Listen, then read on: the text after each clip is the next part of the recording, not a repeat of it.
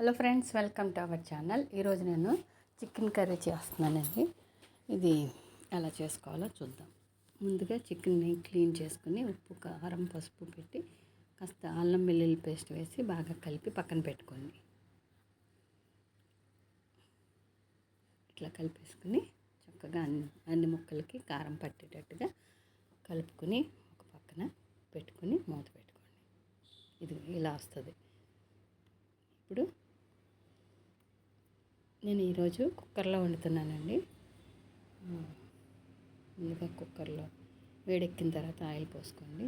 Oil వేడెక్కిన తర్వాత దాల్చిన చెక్క, లవంగాలు వేసుకున్నాను.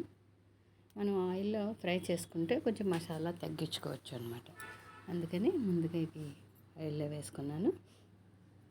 తర్వాత తగినన్ని ఉల్లిపాయలు, పచ్చిమిరపకాయలు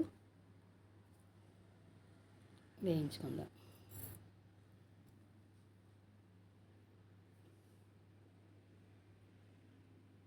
వేయించుకుంటే ఇవి బ్రౌన్ కలర్ వచ్చే వరకు వేయించుకుందాం. మనం అల్లం వెల్లుల్లి పేస్ట్ చేసి పక్కన పెట్టుకోవాలండి. కొంచెం చికెన్లో వేసాం కదా, పక్కన కొద్దిగా ఈ ఉల్లిపాయల్లో వేసి వేయించుకోవడానికి పక్కన పెట్టుకోండి. బ్రౌన్ కలర్ వచ్చిన తర్వాత కొంచెం అల్లం వెల్లుల్లి పేస్ట్ వేసుకుని పచ్చి వాసన రాకుండా ఒక 5 నిమిషాలు ఉల్లిపాయలతో పాటు వేయిద్దాం.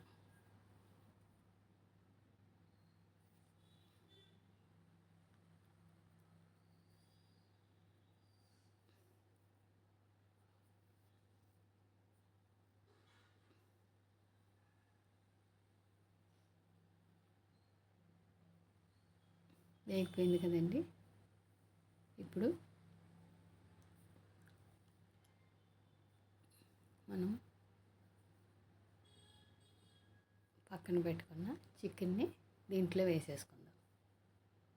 చక్కగా పట్టింది కదండి, ఉప్పు అది పడుతుంది అన్నమాట. ఇలా పెట్టుకుంటే ఉప్పు కారం ముక్కకు పడుతుంది.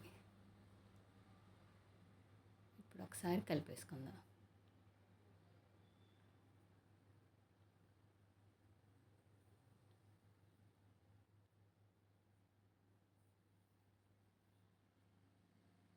ఒక 10 నిమిషాలు అట్లా ఉంచుకున్న తర్వాత కొంచెం అన్నం నీరు ఉంటే దిగుతుందండి. నీరు దిగింది కదా, ఎగిరింది. ఇప్పుడు ఆయిల్ పక్కకు వచ్చింది కదా, దీంట్లో తగినంత వాటర్ పోసుకుందాం. కుక్కర్లో కదా, ఎక్కువ నీళ్ళు పోయొద్దు. చికెన్ తొందరగానే ఉడికిపోతుంది కాబట్టి ఎక్కువ వాటర్ అయితే పోయొద్దు. నేను దీంట్లో ఒక బంగాళదుంప కట్ చేసి వేసుకున్నాను. ఇది కూడా టేస్ట్గా ఉంటుందండి. చుక్కకూర వేసుకోవచ్చు, గోంగూర వేసుకోవచ్చు, ఏదైనా వేసుకోవచ్చు కలుపు కింద. నేనైతే ఒక్క బంగాళదుంప వేసాను. ఇలా కలుపుకున్న తర్వాత ఒక 5 నిమిషాలు ఆగి